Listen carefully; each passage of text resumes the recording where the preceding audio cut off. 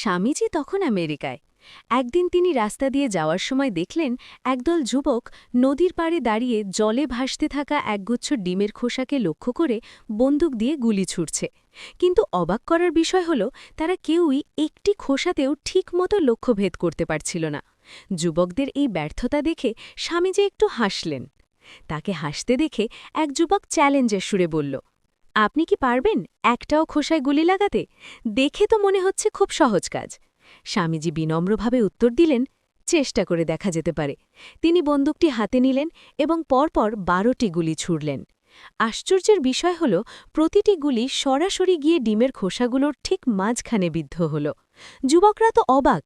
তারা ভাবল স্বামীজি নিশ্চয়ই বড় কোনো শিকারী বা আগে থেকেই বন্দুক চালনায় দক্ষ। তারা যখন জিজ্ঞেস করল তিনি এই অসাধ্য সাধন কিভাবে করলেন, তখন স্বামীজি সেই অমর কথাটি বলেন, তোমরা যাই করো না কেন এক সময় একটি কাজ করো এবং সেটি করার সময় নিজের সমস্ত সত্তা তার মধ্যে ঢেলে দাও। আমি যখন গুলি ছুড়ছিলাম তখন আমার মনের সমস্ত শক্তি কেবল ওই লক্ষ্যের ওপর নিবদ্ধ ছিল। এটাই হল একাগ্রতার গোপন রহস্য।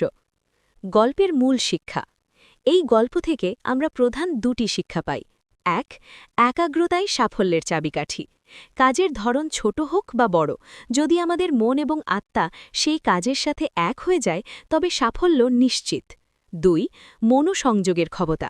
বিক্ষিপ্ত মন নিয়ে কোনো বড় লক্ষ্য অর্জন সম্ভব নয়। যে মানুষ বর্তমান মুহূর্তের কাজে নিজেকে সম্পূর্ণ হারিয়ে ফেলতে পারে তার কাছে কোনো কাজই অসম্ভব নয়।